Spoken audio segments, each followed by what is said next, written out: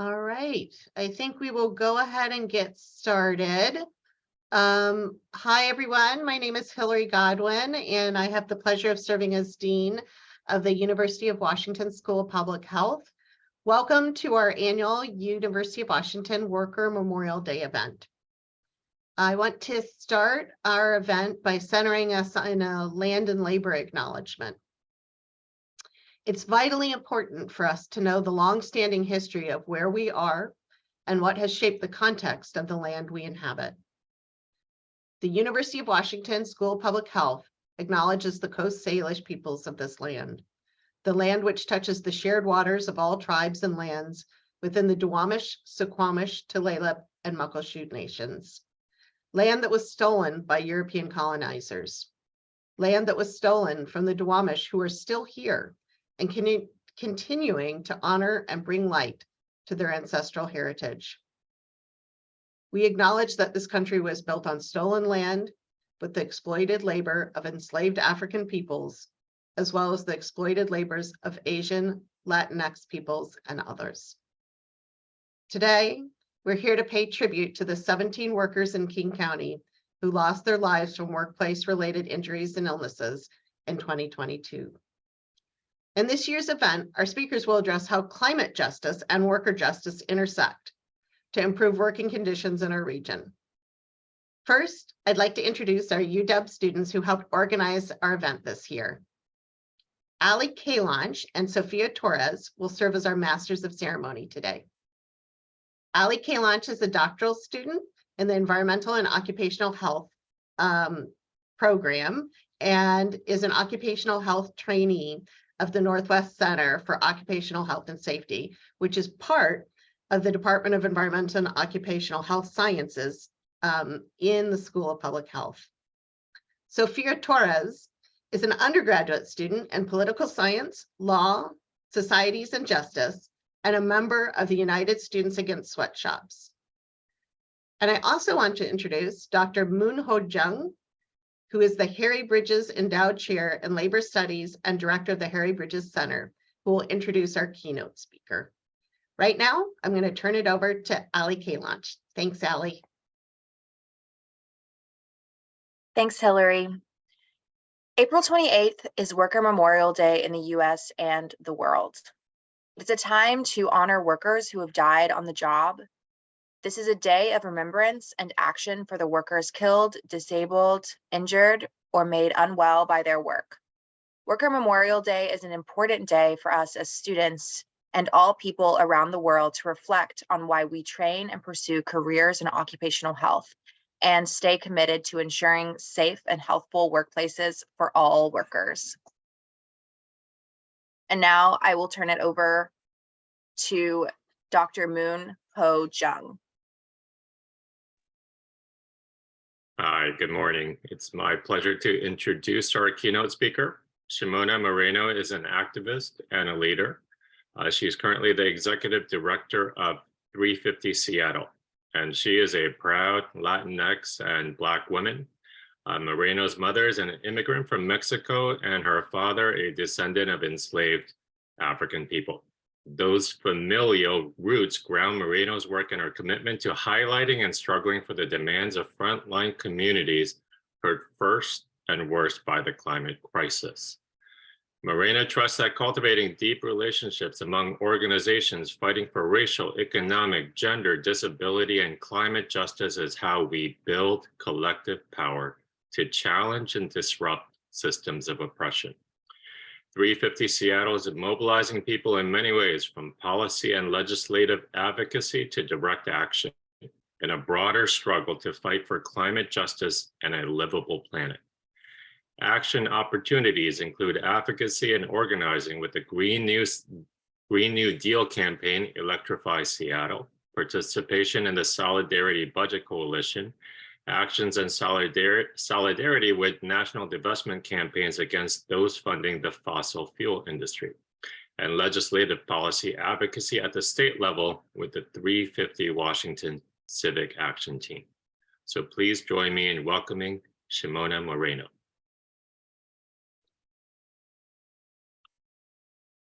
Hello, thank you so much for that introduction. And thank you so much for having me here today. I am just so thrilled to be here with y'all, and also just very moved to be invited. I first want to pay my respects to all those who have lost their lives while working or have died from the pressures of a demanding and unsafe workplace. I pay my respects to the loved ones they left behind. I pay my respects to those who go to work each day feeling the absence of their fellow worker. I cannot imagine their loss, and all I can wish for is the space for them to grieve and to find some peace. Each loss is felt deeply in our community. It's a hard thing to witness, and it's an even harder thing to witness when you know there was something that could have been done to prevent it. We have watched as workers have gone from heroes to essential to being called lazy and ungrateful for expecting fair and safe treatment. For years, workers have been going to work with unsafe conditions, unreasonable hours, and with the expectation to work like machines. But to hell with that. We are not machines. We are not resources to be extracted from and tossed aside or destroyed when not performing optimally. Hell no to that. With the pandemic not entirely behind us, but becoming an accepted risk, with the rise of gun violence, transphobia, and the looming climate crisis, with workers' rights being violated at every turn, it is hard to find hope in the chaos. But I have hope. I'm here today not out of fear of the fight and the crises ahead of us, but a desire to be in community, to be part of something larger than myself, to find relief from the ever-present push to isolate and divide us. I have hope that we can raise our voices against those that are fighting to silence us. I have hope that we can build the beautiful, just, and resilient future we want. We just need to fight for it together. Together, we can build a unified block of people power that cannot be divided. It was that desire to be part of something larger than myself that led me into the climate movement. I was at a point in my life where I wanted to say yes to new things and to be more involved with my community.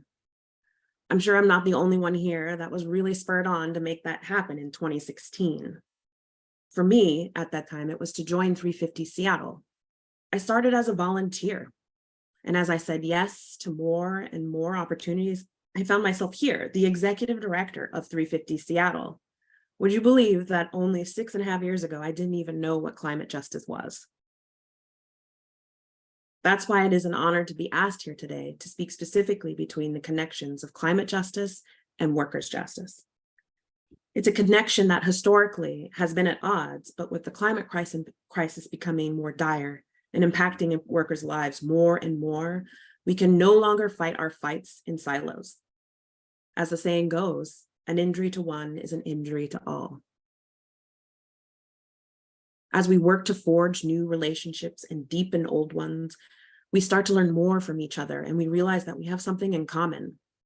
The bosses you're fighting in the labor movement are some of the same people who spend millions slashing climate policies that would help to mitigate the chaos of climate change. That's why we need to stand side by side in the struggle for a just and transformative future, where we must move past an extractive economy to a regenerative one. When fighting side by side, we not only ensure safer working conditions, we can also work to build a future that is just, economically equitable, and climate stable. To do that, let's spend a few minutes understanding what I mean when we say we fight for climate justice. Climate and environmental justice is a term used to frame climate change as an ethical and political issue, rather than one that is purely environmental or physical in nature. This is done by relating the cause and effects of climate change to concepts of justice, particularly environmental justice and social justice. Climate justice examines concepts such as equality, human rights, collective rights, and the historical responsibilities for climate change. Climate justice is the creation of new policies that radically take on the climate crisis and emphasizes the need for action for the communities that are affected most by the changing climate. It is also the recognition that communities that are most impacted by the climate crisis are the least responsible for the harms inflicted on their communities. Because of this harm, it is imperative to amplify the voices of these communities, to prioritize the solutions and demands they have to not only adapt to the current climate, but to make lasting change. I'd like to share a quote from Indian activist Disha Ravi that resonates deeply with me when I think about what climate justice is. She says, "Climate justice is about intersectional equity. It is about being radically inclusive of all groups of people so that everyone has access to clean air, food, and water. As a dear friend always says, climate justice isn't just for the rich and white. It is a fight alongside those who are displaced, whose rivers who have been poisoned, whose lands were stolen, who watch their houses get washed away every other season, and who fight tirelessly for what are basic human rights." Basically, we are fighting the climate crisis through the idea that we are following the lead of those who are hit first and worse. Climate justice, in a nutshell, is shifting the power dynamic of decision-making so that those closest to the problem are the ones deciding the solutions to employ. When was the last time someone in power, like an employer, asked you what would make you feel safe in your community or at your job? Has it ever happened? No one is asking us, and they are not doing it for us because they do not know what issues we face. So we have to be the ones to fight for us. Those who are closest to the problem are closest to the solution.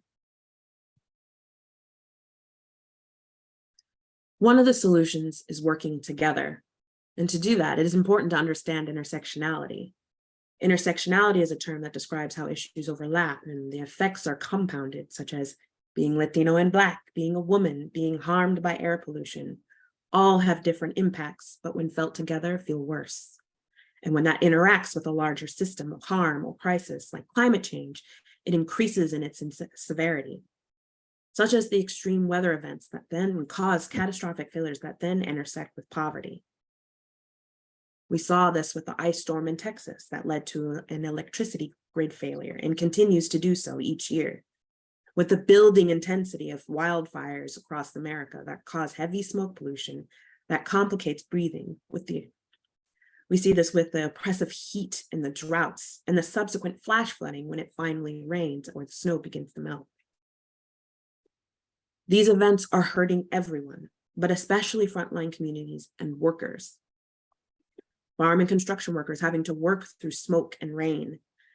Our caregivers, librarians, and teachers are having to scramble to find ways to keep themselves, their clients, and students cool in heat waves. Our nurses are working to death as they try to put us all back together. Do you ever have to miss work because you breathed in so much smoke, you felt sick? Did you even have the option to? Did you have to miss work because you couldn't even make it there because of the weather? We all know in Seattle, the whole city basically shuts down when a light dusting of snow covers the road. And yet when that happens, employers still expect people to be at their job on time and ready to work.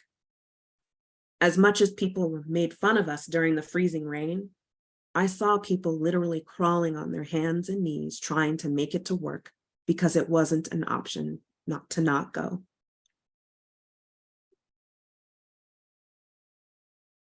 Climate forced migration is another huge impact. I have a friend right now moving his whole family because of the pollution in their city, being too much for their asthmatic child, and luckily, they have the ability to uproot and move somewhere with cleaner air. But in most communities, relocation is very difficult to consider for emotional, cultural, and financial reasons. The current options available to people who want to move are slow, expensive, hard to access and navigate, and too often dependent on first being devastated by a disaster. And increasingly, the places where people can go, are fewer and farther away. These are only a few ways that workers are affected by the climate crisis. There are more that intersect with other justice issues as well, such as gender, disability, immigration, and race. But now that I've terrified you, let's bring it back to hope. With the universal interest to protect our planet so we can continue to live and have safe, sustainable livelihoods, we cannot continue to work in our own corners. We must meet in the middle and collectively build power to challenge the oppressive systems that have structurally kept us apart. Remember, an injury to one is an injury to all. Let's broaden who is thought of in that all. Right now, that looks like creating space for unions and community organizations to come together on projects, fundraising opportunities, and campaigns to build power, resources, and a shared understanding of what we are fighting for. In practice, this looks like community and climate justice orgs taking the time to educate and mobilize their bases to stand in solidarity with unions and workers. It's unions taking the time to educate their bases on how climate justice is workers' justice and that there are ways to achieve what we want together. And it is a joy to share with you how it's happening right here in Seattle. I have the pleasure of repping 350 Seattle in the President's Organizing Initiative space as a part of the Seattle Strategic Organizing Center. It is a collaboration between unions and community orgs. Last year, we were focused on immigrant and refugee workforce development, the creation of good union jobs, and climate resilience. This year, we have so many ideas for growth and change, and with the relationships we've made in the POI space, we were able to partner with Unite Here Local 8 and support each other's campaigns, the Electrify Seattle and Living Hotel campaigns. Just last Saturday, 350 Seattle and Unite Here Local 8 held a powerful and joyful Earth Day rally and march. It was amazing to see hundreds of people show up to stand in solidarity and support both campaigns. And this is just the beginning.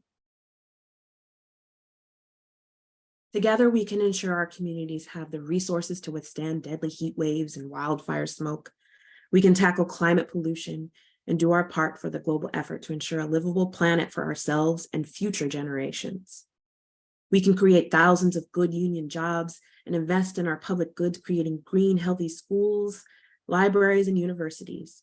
We can grow a thriving and equitable economy.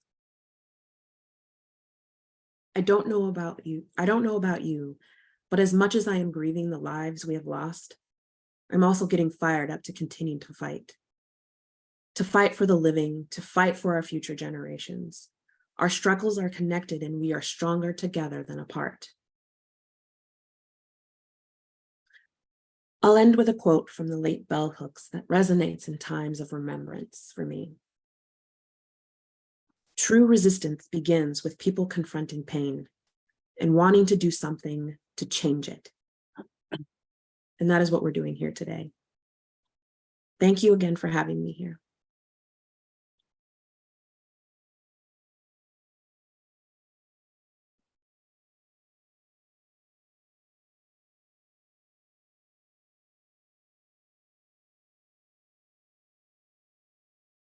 Thank you, Shemona, for delivering that very moving and thoughtful speech. We're going to be moving on to the next part of our program, and I will be introducing Dr. Mike Yost. Dr. Mike Yost is the professor and chair of the UW Department of Environmental and Occupational Health Sciences. He is also the director of the Pacific Northwest Agricultural Safety and Health Center at DOHS, and he will lead our memorial recognition. Thank you, Ali. Over 1 million people in Washington State go to work each day. These workers and their families, they fully expect that they will return home safely at the end of each workday. And on Worker Memorial Day each year, we pay tribute to the workers who did not come home because they died of an on-the-job injury or illness. University of Washington Department of Environmental and Occupational Health Sciences hosts this event each year as part of our mission to improve occupational health and safety through our research, service, and training programs. Last year, 129 workers died in Washington State, and our ceremony today will focus on the workers who died on the job in King County. In 2021, 17 of the state's 129 deaths were in King County. They died from a variety of causes, including chemical exposures, infections, motor vehicles, falls, blunt force trauma, aviation crashes, and homicides. And 2 died of COVID-19. These employees worked in many industries, including construction, manufacturing, public administration, the arts and entertainment, professional and technical services, transportation, and warehousing. We would like to share a short video now with the names of the King County workers who died in 2022, their occupations and causes of death. And after this video, we will have a brief moment of silence in their honor. Can you please start the video now?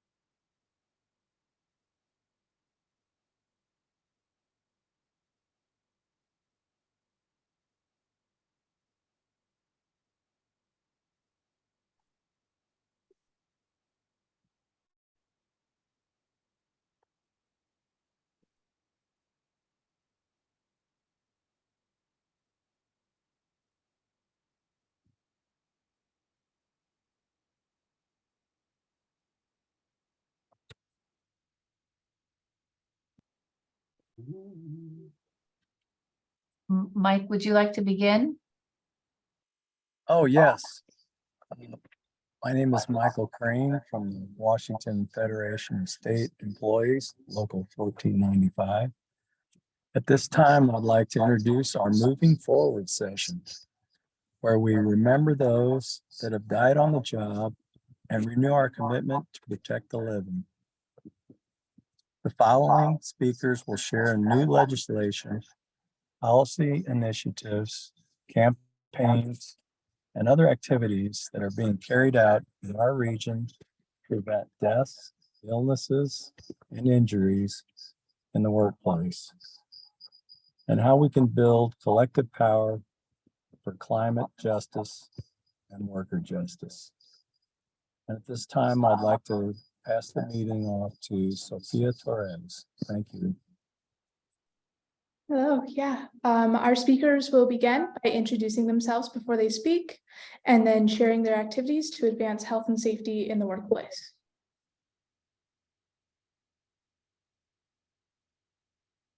Thank you. My name is Edmund Cito, and I'm an associate professor in the Department of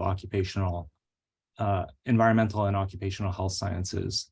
And today I offer my condolences to the family who've lost loved ones, and I pay respect to the workers throughout our state. Moving forward today, I'm presenting on behalf of Lillian Liu, who is a PhD student in our department, who was the recipient of the Washington State Labor Research Grant from the Harry Bridges Center for Labor Studies. Her work assessed stakeholder engagement with the Washington emergency rule to protect workers from wildfire smoke. We have experienced in recent years increasing frequency of wildfires and major smoke episodes in Washington state and across the West Coast for that matter. These episodes have resulted in PM 2.5 air pollution levels that have exceeded levels that are deemed unhealthy for not only susceptible populations, but populations in general. The increasing wildfire smoke episodes and the health risks associated with wildfire smoke have prompted emergency worker protection rules for the last 2 years in Washington state. And this year, there's work towards a permanent wildfire smoke rule. While there's certainly a lot of scientific evidence that relates wildfire smoke to acute health effects, there's still a need for more research on the cumulative chronic impacts for communities and workers who are frequently exposed to wildfire smoke. But there's nothing like hearing the stories from the field that drive home the need for worker protection rules and the enforcement of these rules. We heard from one of the agricultural leaders we interviewed picking blueberries, and in the farm very close to my community, close to the Canadian border. It hurt to see that one of the members of our community was not treated like a guest, not treated as a human being. He died of some underlying causes, but it was exacerbated by smoke with wildfire. So it hit us very personally. How can we get farm workers themselves to self-report or to be part of the process of the enforcement mechanisms for a rule to actually have some teeth? Because for farm workers, again, we have a pretty tough job, and we also have to make sure that the conditions we work in are safe. Moving forward, I invite you to take action and participate. Labor and Industries is currently conducting the rulemaking process for a permanent wildfire smoke rule. If you Google L&I wildfire smoke rulemaking, you can sign up for their mailing list. You can find out when the next stakeholder meeting is being held. I invite you to share your experiences and your perspectives working in wildfire smoke with them. Thank you. I'll hand it over to Aurora.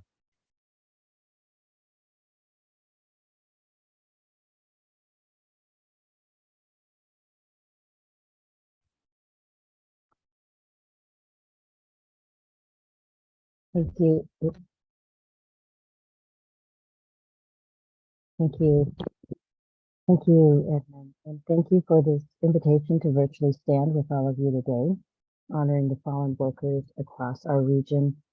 Workers like Ernesto Silva Ibarra, Ricardo Sotelo, Florencia Guetta Vargas, Francisco Perez, farm workers who died as a result of heat. Farm workers are 35 times more likely than other workers to die of heat. This environmental and labor and health disparity are inextricably linked. Industrial agriculture is one of the main drivers of climate change due to deforestation, shipping emissions, and petroleum-based agrochemicals. But many of the nearly 200,000 farm workers across the state, farm workers are organizing and mobilizing and educating and advocating for change from the fields and into the halls of power, from the community level to the policy level. And a number of those very labor leaders are led by the organizations Comunidad a Comunidad and Familias Unidas por la Justicia, only indigenous Latinx farm worker-led union in our region and nation. I want to also acknowledge with us today is Cindy Domingo, co-founder of Legacy of Equality, Leadership, and Organizing, whose brother Silmi Domingo and friend Jean Viernes were assassinated for their union organizing efforts. C2C, Familias Unidas, and Lilo are shining examples of community leaders and organizations who form the Front and Centered Coalition. On behalf of our growing coalition, this Worker Memorial Day, we honor workers and their families, lifting those who have passed and continuing to fight for those who survived for a just transition. Our coalition envisions a transition away from an economy where we dig, burn, and dump oil and exploit workers for accumulation by a few, toward an economy where our communities and the earth are healed and thriving. Our people have dignified livelihoods, and our government values, respects, and represents us. We know a transition is inevitable, whether by disaster or design, but justice is not.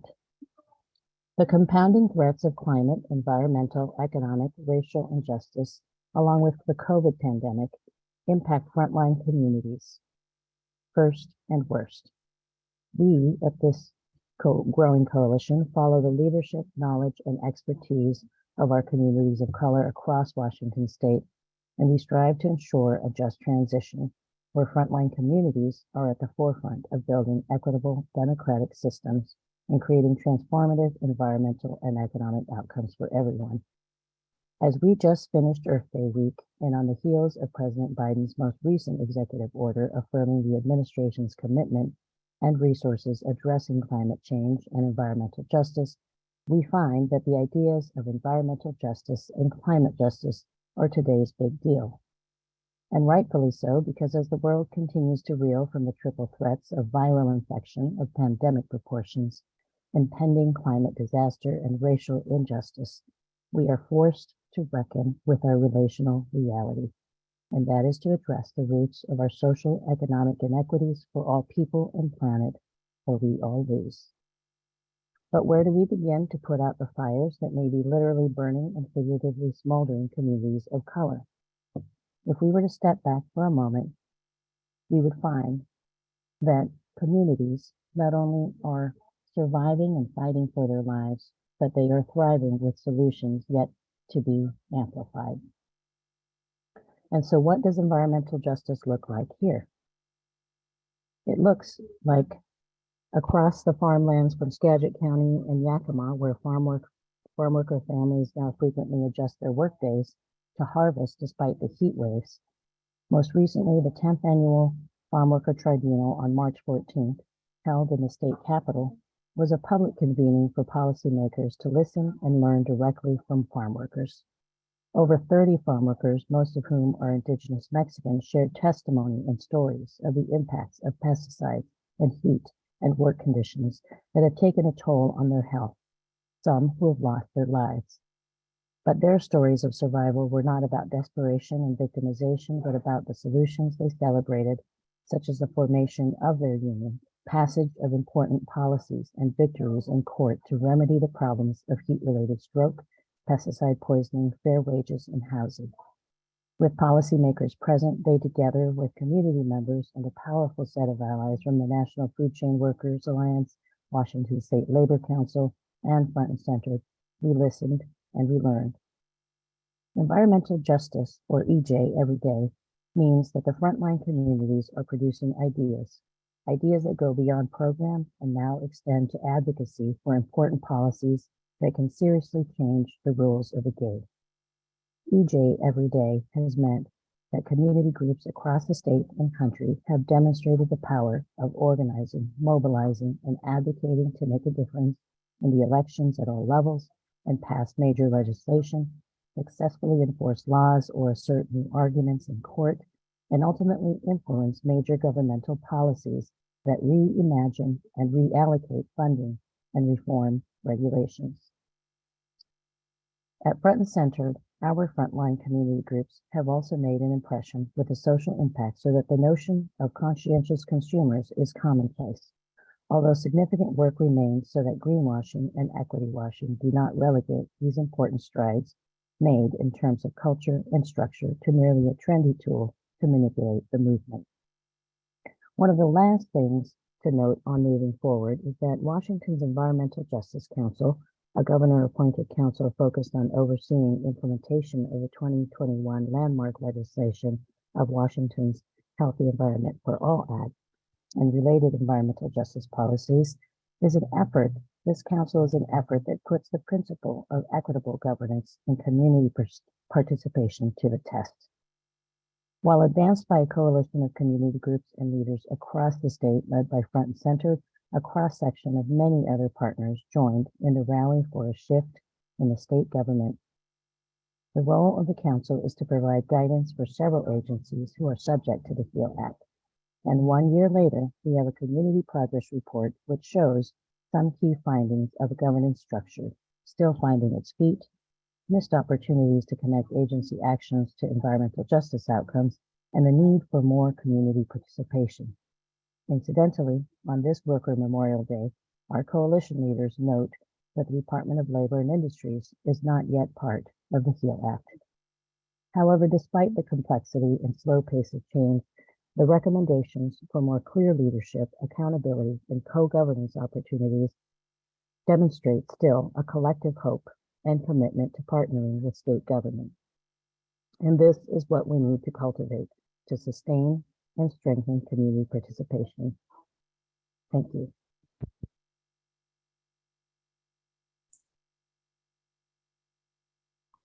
Hi, my name is Mark Gottlieb.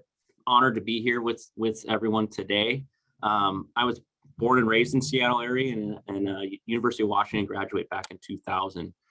Over the past 23 years, I've been working for Granite Construction Company, building much of the public infrastructure that we all enjoy each and every day, roads, bridges, and commuter rail as well. Unfortunately, I've seen numerous work zone vehicle intrusions into our work zones, numerous of them through the years of my career. Washington State averages 478 roadway work zone injuries per year. I've personally seen semi trucks, speeding vehicles plow into my crews, seeing injuries, carnage, and even worse. In 2022, there were 6 fatal crashes in the state of Washington. Fortunately, we have started a coalition committee to help make changes and help improve the conditions out for our workers working on the roads each and every day. We formed a group named USI, which is an acronym for Union, State Representatives, and Industry. And our group includes Senators Marco Elias and Curtis King, who've been essential to our group to help with some of our initiatives.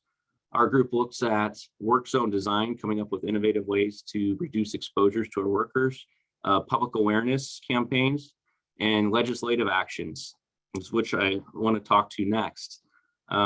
We were able to draft a bill in just this current legislative session, Senate Bill 5272, for traffic safety cameras, essentially allowing automated speed enforcement on our roads that will take pictures of speeding vehicles, of their license plates, and send them tickets, warnings and tickets automatically to try to change behaviors of the speeding drivers going through our work zones. We introduced the bill into the Senate on the 11th of January, and I'm pleased to announce and fills my heart with warmth that was signed by Governor Inslee just a few weeks ago on the 4th of this month. So beginning in July of 2024, you should start seeing out on the roads automated speed enforcement to help change behaviors of the drivers. Our group isn't done though. That was just the beginning. There's a lot more that we can do, and our USI group has a website. I invite you to check out. It is drivesaferwa.com. Pretty simple to remember, drivesaferwa.com, and you can follow what we do there and see what our initiatives are. I appreciate the time and encourage everyone to slow down and drive slower through those work zones. Thank you.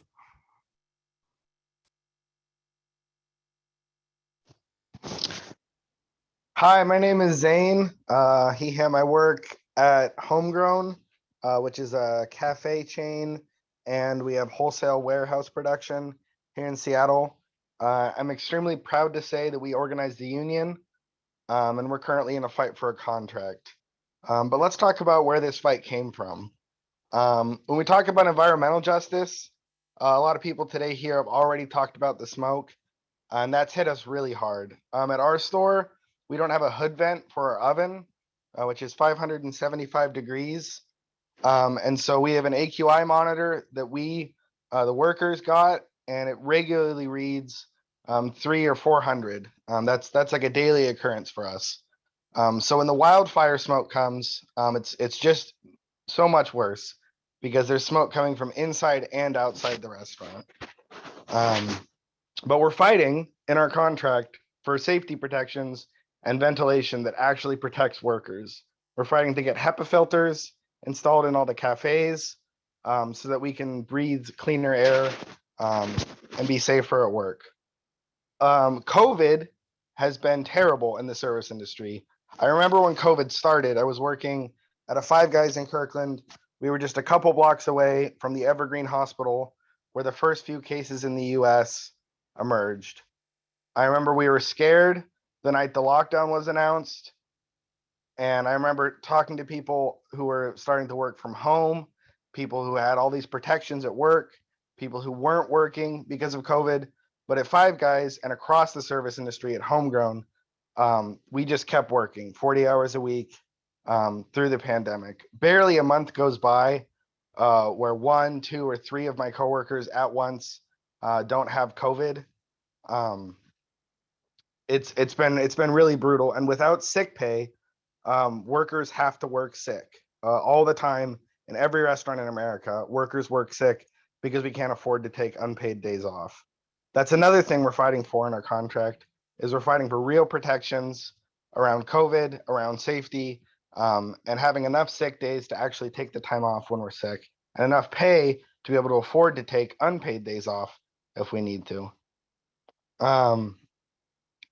Homegrown claims to be sustainable, claims to care about the environment, claims to care about sustainability, but we know that's a marketing trick.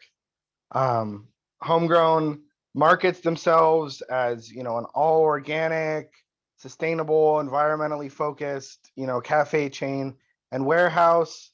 But often the ingredients we're using aren't organic because it's cheaper to use non-organic stuff.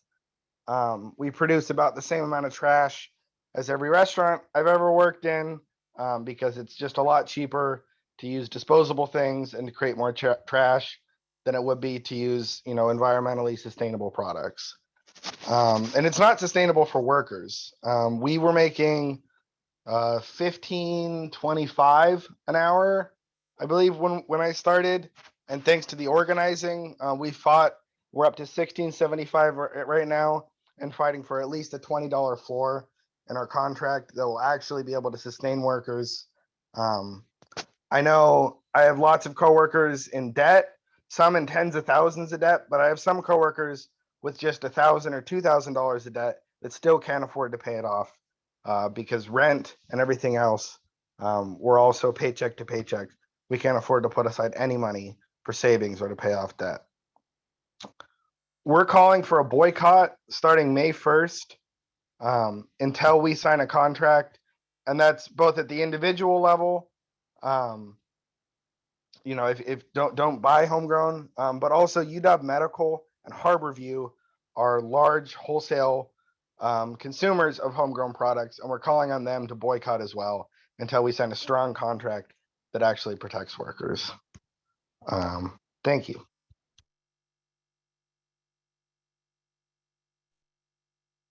Hi, I'm Brenna Richard. I'm with USAS, and just going to talk about our main campaigns right now. We have two big ones going on. The first one is Pay Your Workers, which is an international solidarity effort with garment industry workers. And we have a long history of this kind of thing. We actually staged a campaign against Adidas in 2012, which is what we're doing right now. And we recently had a worker from one of Adidas's factories in Cambodia come here to talk about her experience with being laid off during the pandemic. She was essentially tricked into signing resignation papers so Adidas wouldn't have to pay severance. And so all of a sudden she was left with no job, no money, and it became incredibly difficult to support her family. She said she and other workers had to cut back on spending for basic things like food to still be able to send money to their families, because a lot of people from rural areas in Cambodia either migrate into the cities or into neighboring countries to find work. And so to connect this to our environmental theme today, you have these areas that produce goods that rely heavily on industrialization. And then, of course, you have the consumer countries who can afford to import goods and export waste. So the wealthy countries, although we're the ones who burn through the most resources, are feeling just a tiny fraction of the impact because it can afford to outsource their pollution to less wealthy countries. So just like people will work in unsafe conditions because they have no other way to make a living, some countries are forced to sacrifice their environmental health to keep their economies afloat. So standing with workers in these countries against exploitation from international companies like Adidas is not only labor solidarity, but environmental justice. And so our other main campaign right now is just trying to make sure workers here at UW who are employed by housing and food services have a safe environment to work in. Right now in dining locations, there's a lot of broken equipment, a lack of PPE. There are unsanitary conditions because things like the fridge and the dishwasher aren't working, which also means employees have to put in a lot of manual labor, and custodial staff are having to deal with cleaning up hazardous materials, which they did not sign up for. So a couple of things we've done, we've gotten employee handbooks printed so workers know what's expected of them and what rights they have. And we're kind of focused right now on just raising student awareness about what's going on behind the scenes. And again, there's this environmental component, like since the dishwasher isn't being fixed, people are having to use disposable silverware instead of reusable. And when there's issues with suppliers, vegan and vegetarian options are always the first to run out. So really, we're just kind of trying to hold UW and the companies it's affiliated with accountable for actually conducting themselves according to the public image they put out, both in terms of labor rights and environmentalism, which both get bulldozed when the profit incentive goes unchecked.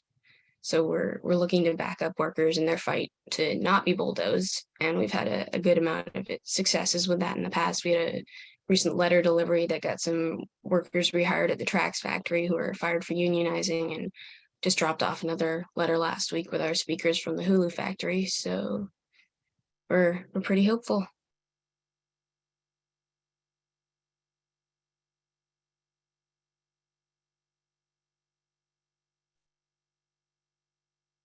Hi, everyone. My name is Sai Ahmed, and I'm the Assistant Director for Student and Community Engagement at the UW Harry Bridges Center for Labor Studies.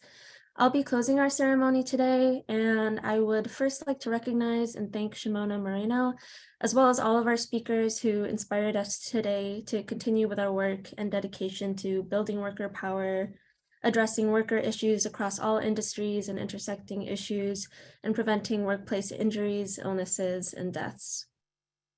We are grateful to members of our planning committee from SEIU 9 to 5, WFC Local 1495 and AFSCME Council 28, the Harry Bridges Center for Labor Studies, and the Northwest Center for Occupational Health and Safety.